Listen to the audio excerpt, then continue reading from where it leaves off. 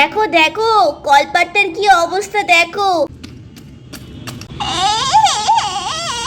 ওরে বাবা, আমার পটি হচ্ছে না।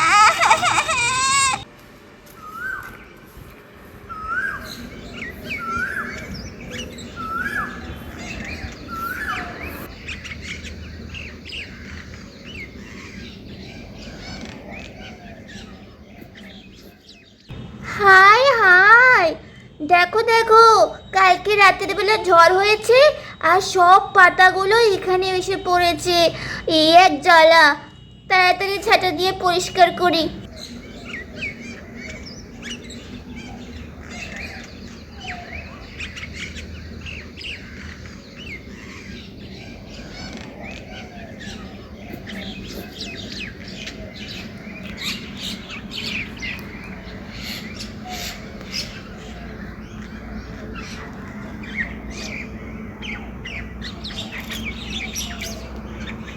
বুচুর বাবা ঘুম থেকে উঠলে বলবো বাগানে গিয়ে এই পাতাগুলো ফেলে দিয়ে আসতে। এ মা, দেখেছো সীতা দিদি কালকে চা খেয়েছে আর এই বাটিটা মেজেও রাখেনি। কি যে করে না। আগে বরঞ্চ উঠোনে জলটা ছিটিয়ে দিই। বন্ধুরা, তারপর তো রাধা চৌবাচ্চা থেকে জল নিতে যায়। দেখো জলটা সবাইকে নোংরা করে দিয়েছে।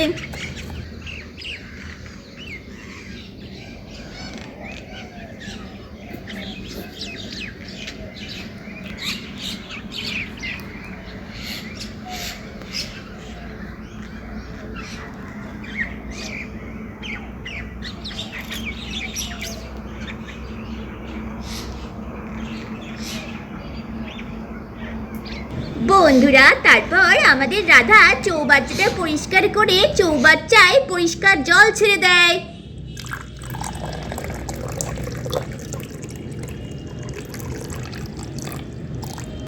দেখো কত পরিষ্কার জল। এইবার সবার কাজকর্ম করতেও কত সুবিধা হবে। চলো চলো, আমি আগে উঠোনেই ঘোলা জলটা ছেড়ে দিই। বন্ধুরা, তারপর আমাদের রাধা উঠোনে নোংরা জলটা ছিটিয়ে দেয় যাতে ধুলো না ওড়ে।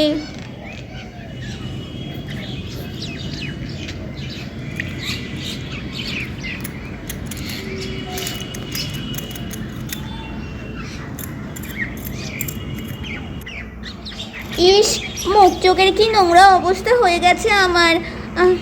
আজকে সাবান দিয়ে ভালো করে স্নান করতে হবে। চলো আগে আগে ওই চায়ের বাটিটা মেজে নিই।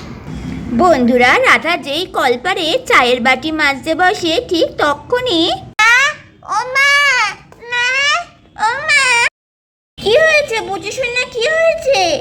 ও মা, আমি হাগু পেয়েছে। ও মা, আমি হাগু পেয়েছে। আরে সোনা দাঁড়া, কলপারে জল আছে। মা, হাগু পেয়েছে।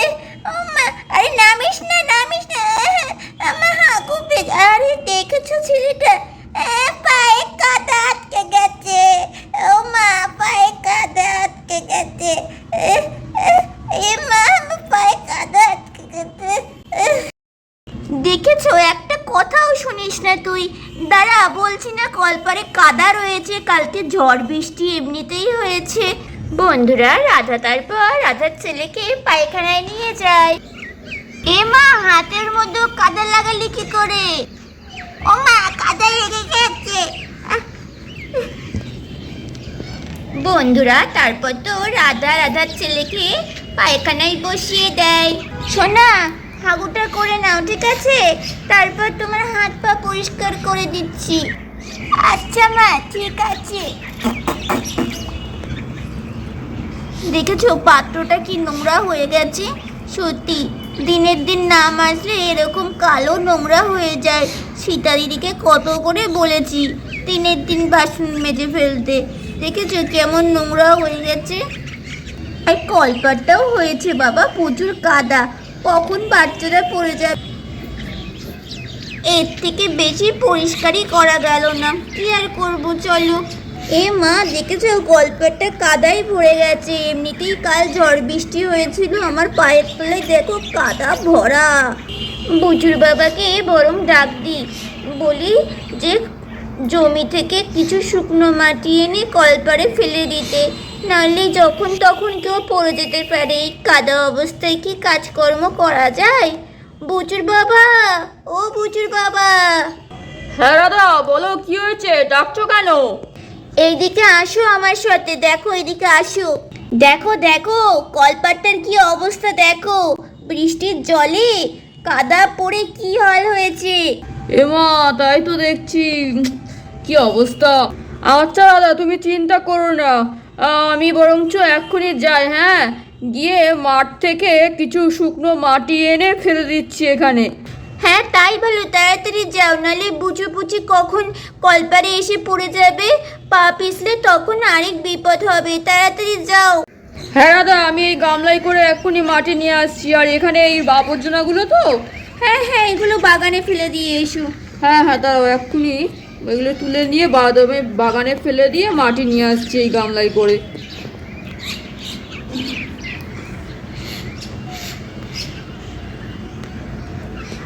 বন্ধুরা বন্ধুরা তারপর রাধার স্বামী বেরিয়ে যায়। আহ, আহ, আহ। বন্ধুরা কিছুক্ষণ পর রাধার স্বামী চলে আসে। রাধা, রাধা, এই দেখো শুকনো মাটি নিয়ে এসছি। আচ্ছা তাড়াতাড়ি কলপারে যাও, গিয়ে ফেলে দাও মাটিগুলো। হ্যাঁ, কলপারে ভীষণ জল হয়েছে, চলো শুকনো মাটি দিয়ে ভরতে হবে, চলো।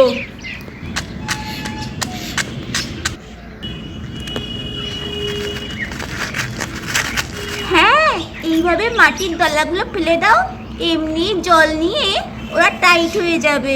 হ্যাঁ রাধা, তাই তো করছি আমি, চলো ফেলে দিই। একেবারে সব ফেলে দাও না।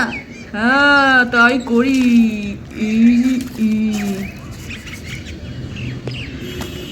বন্ধুরা তারপর তো রাধার স্বামী মাটি চাপা দিয়ে দেয় কলপারে।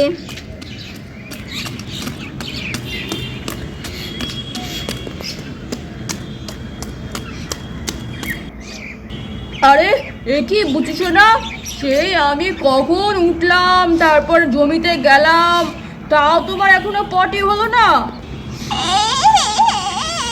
ওরে বাবা, আমার পটি হচ্ছে না।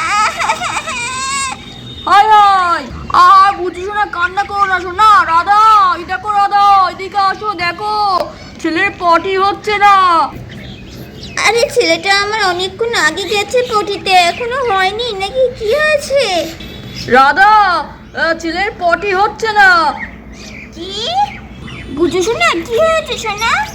ও মা, আমার পটি বেরোচ্ছে না, অনেক চেষ্টা করছি, হচ্ছে কি, কিন্তু পটি আসছে না, আমার পেছনে ব্যথা করছে। হায় হায় রাধা, ছেলেকে বেশি করে জল খাওয়াতে হবে বুঝলে, নইলে ওর পিছন থেকে হাগু বেরোচ্ছে না, খুব শক্ত হয়ে গেছে মনে হচ্ছে। রাধা, রাধা, আমি এক্ষুনি জল আনছি, দাঁড়াও। এই বাবা এখন কি হবে? বুঝো শোনা, কিছু চিন্তা করো না, তোমার ঠিক ব্যবস্থা হয়ে যাবে, এক্ষুনি বাবা জল আনছে, জল খেলেই হয়ে যাবে।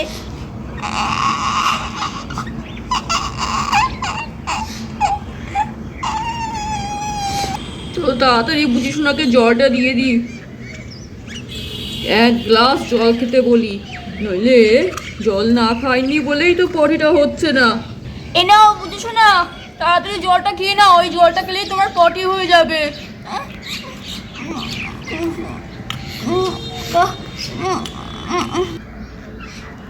এই তো সোনা, পেট ভরে জল খেয়েছিস, এইবার দেখবি তোর পটি হবেই হবে। হাটি মাটিম টিম, তারা মাটি পারি ডিম, তাদের খাড়া দুটো শিম, তারা হাটি মাটিম টিম। আরে বুঝু ভাই কোথায় গেল? ঘরে নেই, বাইরে নেই। বুঝু ভাই, বুঝু ভাই, কোথায় তুই? বুঝু ভাই, বুঝি দিদি, আমি এখানে। আরে বুঝু ভাইয়ের গলার আওয়াজ, তুমি যাই তো দেখি। ও মা, বুঝু ভাই কি হয়েছে, এখানে এত ভিড় কিসের? বুঝি দিদি, আমার পটি হচ্ছে না, অনেকক্ষণ ধরে চেষ্টা করছি, তাও পেছন থেকে পটি বের হচ্ছে না, আটকে গেছে। ওমা, পটি বেরোচ্ছে না? তাহলে কি তোর পেট কেটে পটি বার করতে হবে এখন? ওরা ধান্তি। বন্ধুরা এই কথা শুনে তো আমাদের বুঝিসোনা কান্না করতে থাকে। আমার পেট কেটে পটি হবে। না না না না, বুঝিসোনা এইসব কিচ্ছু হবে না। বুঝিসোনা কান্না করো না। ও পুচি দিতে জানে না তো, তার জন্য বলছি। বুঝুর বাবা, তুমি বরঞ্চ ডাক্তার ডেকে আনো, নাহলে বুঝিসোনা খুব কষ্ট পাচ্ছে। আয় আয় বুঝিসোনা। হ্যাঁ দাদা, সেটাই বরঞ্চ ভালো হবে। আমি বরঞ্চ ডাক্তার ডেকে আনি, আর বসে থেকে লাভ নেই, বুঝেছো? নাহলে ছেলেটা খুব কষ্ট পাবে। বন্ধুরা এগুলোই তো রাধার স্বামী, আমাদের বুঝিসোনার বাবা যাচ্ছে ডাক্তার খুঁজতে। ওলে বাবা, আমার তো খুব ভয় করছে। তাহলে বন্ধুরা দেখলে তো আমাদের বুঝিসোনার কি অবস্থা হয়েছে। বুঝিসোনার জল না খাওয়ায় বুঝিসোনার পেছন থেকে আর হাগুই হচ্ছে না। দেখলে তো, তোমরা কিন্তু বেশি করে জল খেও কেমন। আর নেক্সট পার্ট দেখতে এক্ষুনি চ্যানেলটাকে সাবস্ক্রাইব করে দাও। Bye bye, love you all.